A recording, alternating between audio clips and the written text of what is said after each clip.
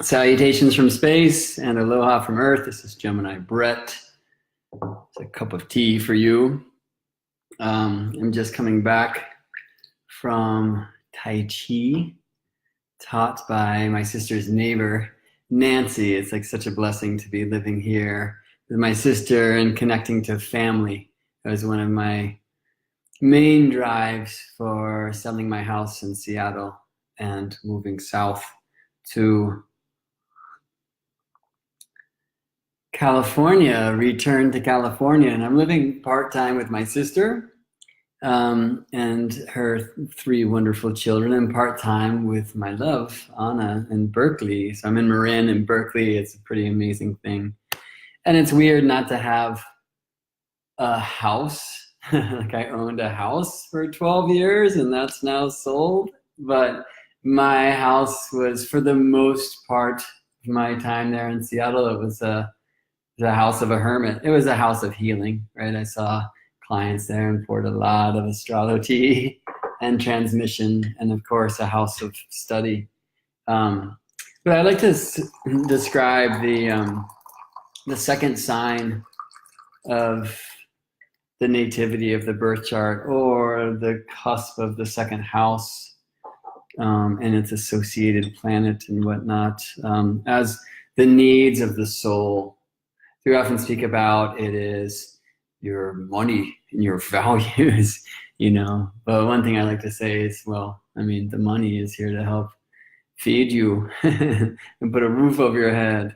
And really that entrance into the second place after we individuate from the 12th, where we are the one in the round womb, it gets very constricted and we come through this very straight channel and become one the.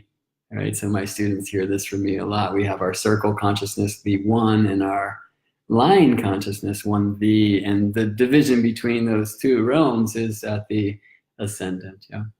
So I often love to think of the entrance from the first into the second house as symbolized by the cord being cut, which I'm fond of calling the umbilical cord. That curvy snorkel through which we received sustenance within the place where we were the one, and now we must individuate. So that cutting of the cord is a really tricky thing, because now, you know, we have to eat kind of for the first time. And it's beautiful to see that instinctive nature of the newborn who knows to climb to the breast if things are going right and whatnot. So I really see a lot of that in the second house. And I'm Gemini rising, so my second sign is Cancer. And so through these transmissions, the idea would be that my soul needs for soul food, family, and community. And so the more that I was teaching this in my house of hermitage in Seattle, the more I realized that I am starving in these ways. Like I had wonderful tribe and community in Seattle, and so that was really fed. I mean, I met circle and soul family there in the Northwest that I could only pray all beings on earth will know. Yeah, and that idea of connecting to true family of soul, and what is family then, and what is blood, and who is our mother? Is it the one who births us, or earth? For her bones are her stones are our bones, and more. And I really started connecting to a lot of those things in the magic of the Northwest woods. But coming here where I can be close to my mother, especially given that she's going through a significant initiation now. A bone marrow transplant actually this week, and close to my sister and her 3 incredible kids as they're going through a really tricky initiation, and close to my love. You know, it's like really bringing me back into family on earth and blood family and relations. And we all know that that opens a whole world of self-initiation and the balance of selfness and othership and community and family and work and home, and, you know, and this is really shown on the nativity as a cross of matter. Okay, so you know you're in you know you're a true student of your study if it's happening all the time. So astrology is really beautiful in this way. Like line consciousness is kind of like, show me the rules and then I will apply them and do the science. Right? But curve consciousness, and we are both. We are one thee and we are the one. Curve consciousness understands that there are many ways to pet the cosmic cat. And that, as I'm fond of saying to all my students, like, I'm not here to teach you my astrology. I'm here to further remind you to remember yours. There should be as many astrologies as there are astrologers, right? And she has enough, Gemini Brett. If not too much, we don't want to create more of me. We want to create more of you. Yeah, so the way that you bring astrology to this great goddess is going to be evident of how she herself grows. And this is the great mystery. If the one thing, the one, which is everything, can't grow unless it performs this amazing miracle of reflecting the whole of spirit through soul into matter, mater, mother, and this world. There is time, there is motion, and motion implies the opportunity for growth. And so as we individually grow, as we grow one the one grows, for we are a radius, a ray of the sun, of spirit. Okay, so you know your study is true when it's happening all the time, right? And it can get, and the alarms ring as I say this. It can get overwhelming and it can get too much, and we need to make sure that we're not just pursuing all of these thoughts and not allowing them to come into our consciousness, so that we're not doing all these lines without allowing it to come through curve. And that's where Moon really shows herself in so many ways. It's, you know, Mercury in some regards is like what we study and classify, and these many thinks and these many things is a very beautiful magic spells. But the Moon will be what we receive and integrate and, you know, keep with us through the dreams at night.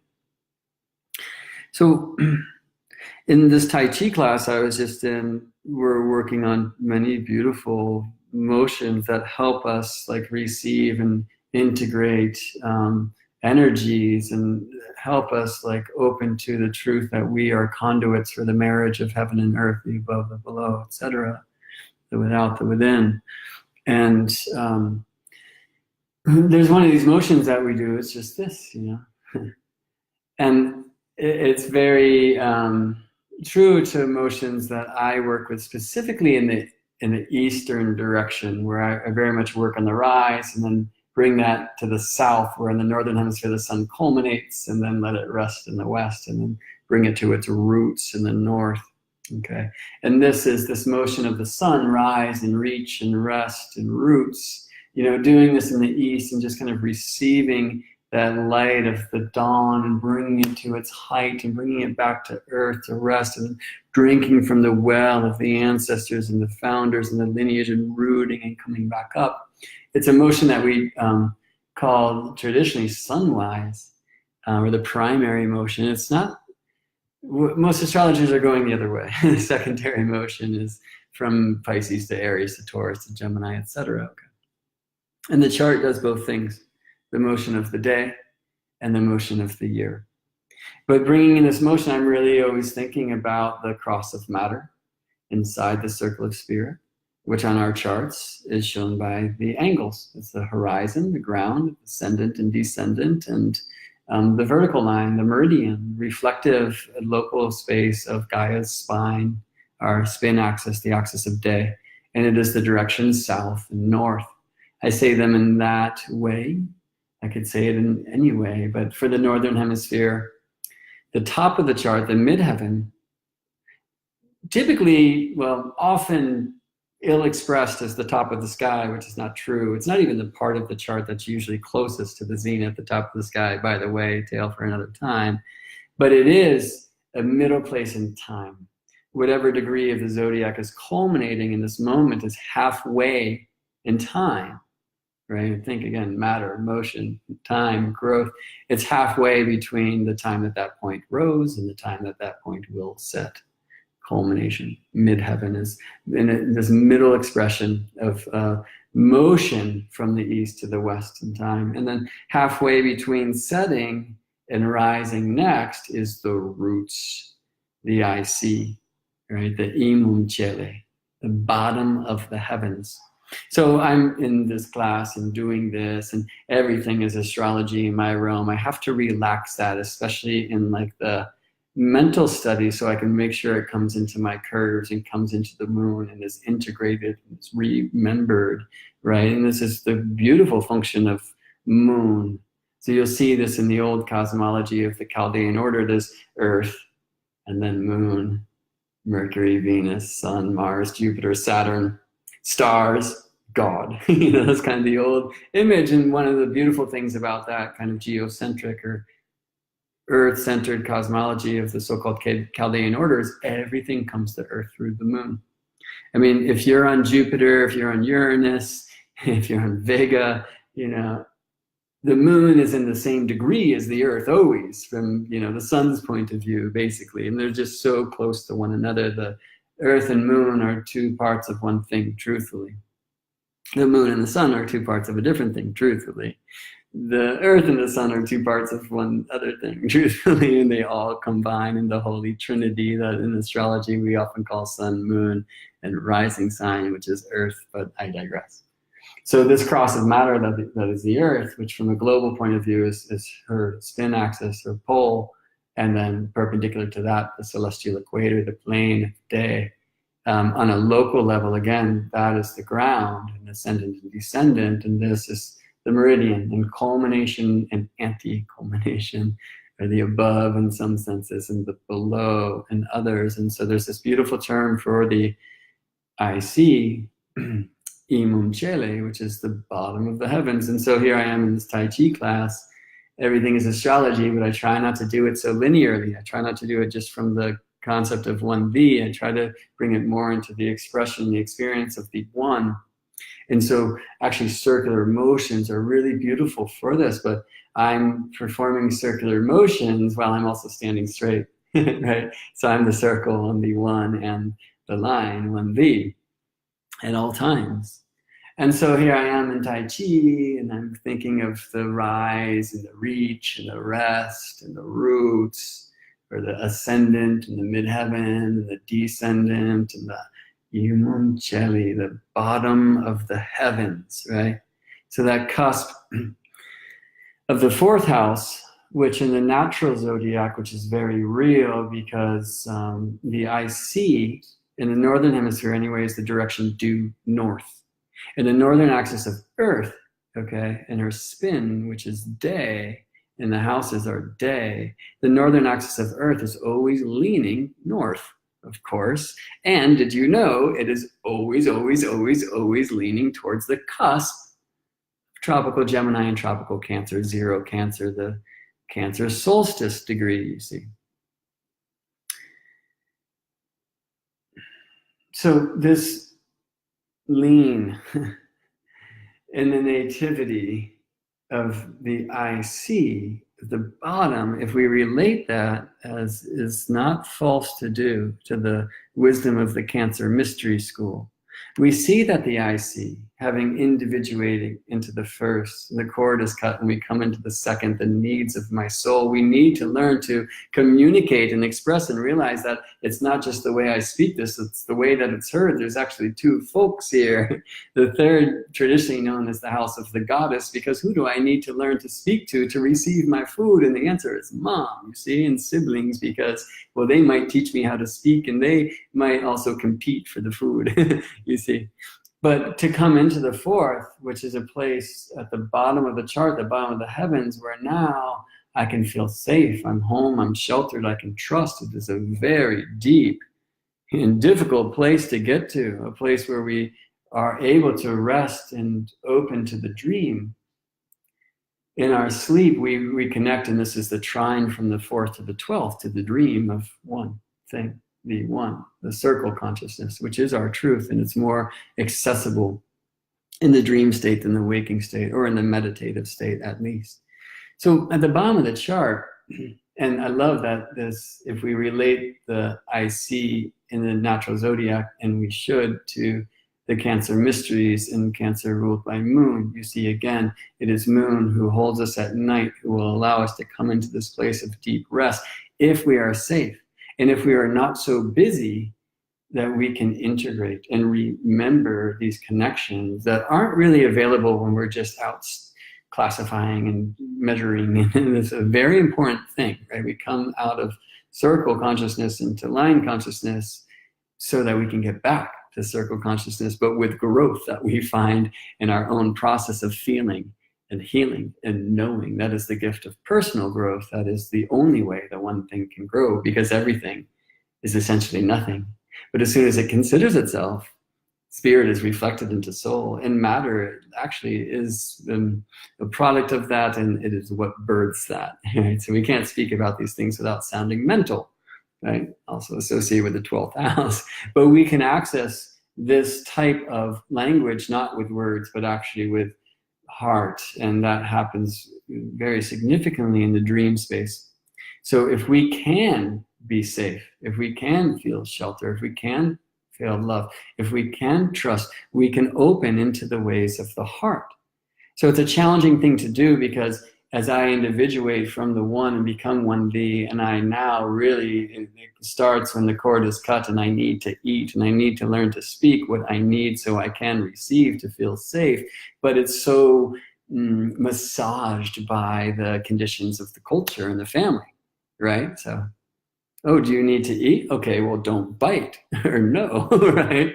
Or, you want this? Well, say please. Yeah, so I mean, these are some ways that Cancer helps tune Gemini, or the fourth, the third, but it can be very tricky. It can feel like salting wounds at times. And this place of the IC, the bottom of the heavens, well, another way you might call that is hell, also speaks of things that we suppress very deeply.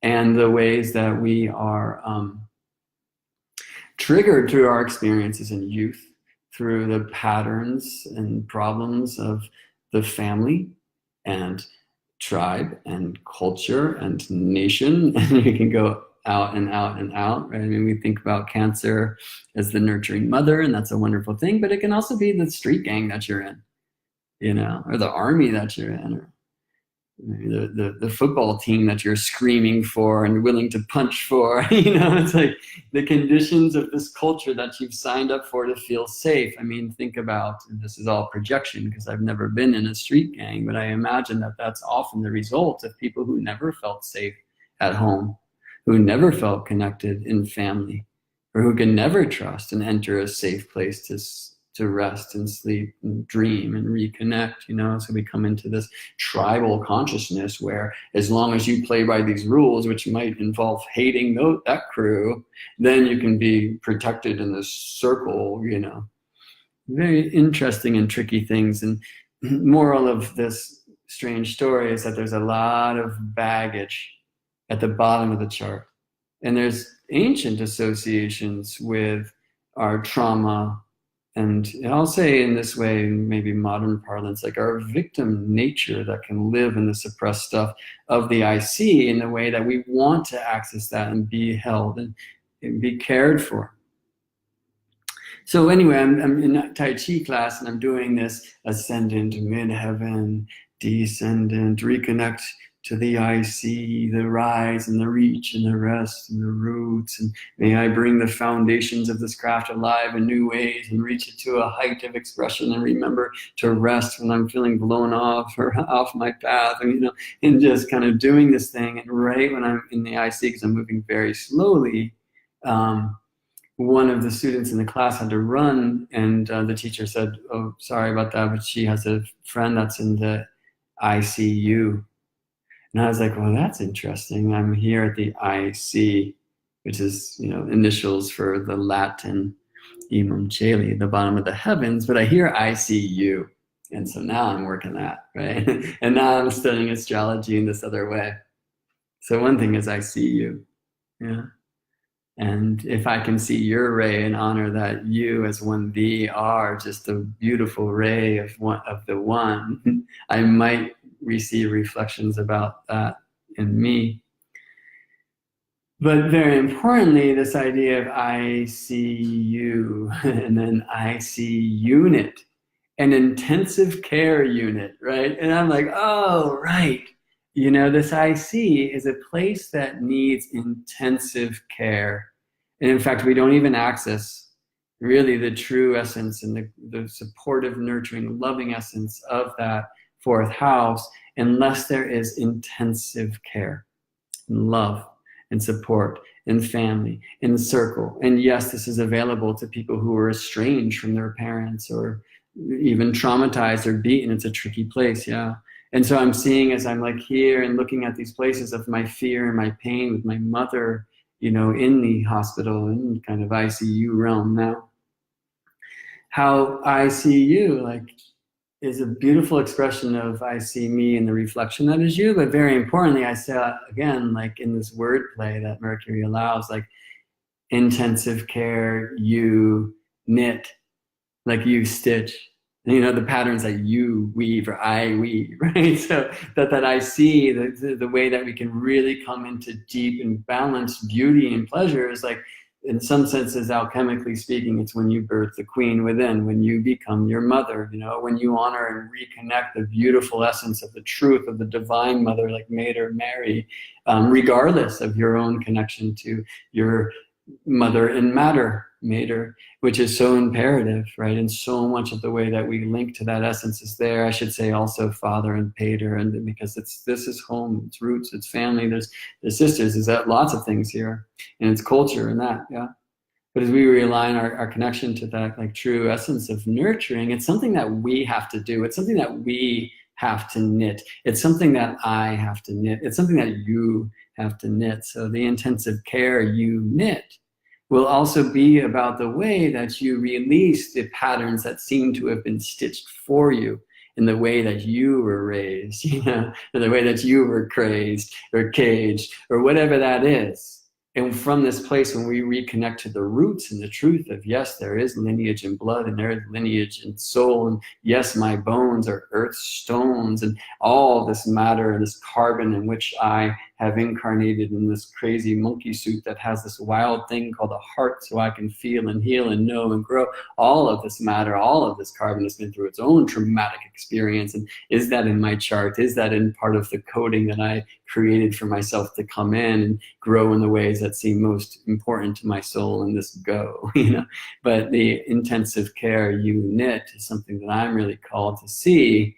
All right, how can I be in this particular initiation I'm going through right now, you know, a loving son and brother and uncle and partner, as I'm really coming more deeply into the pleasures and the, you know, potential pains and patternings of relating and seeing where the conditions of the tribe and whatever are alive. So I've said this to my mother many times, thank you for teaching me manners, you know. That's an interesting word too, manners, womanners, you know. That's, I think, a tale for another time because I'm about to start with another student right now. So thanks for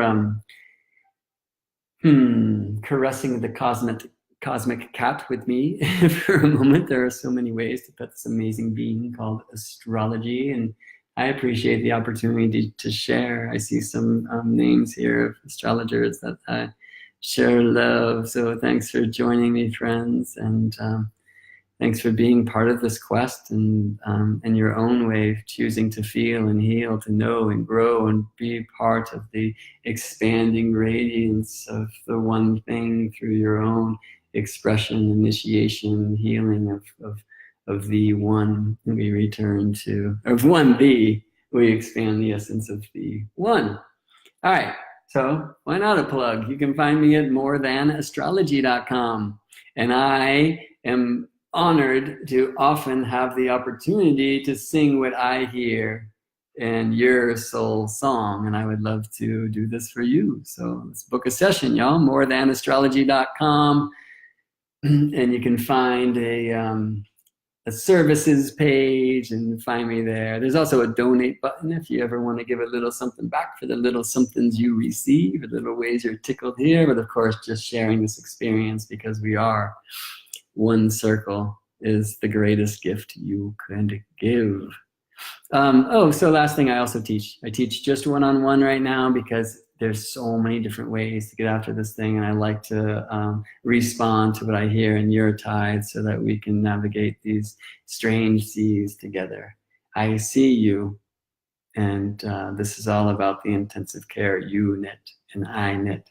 So I'm going to go do some of that. Love and planets, friends. See you in space.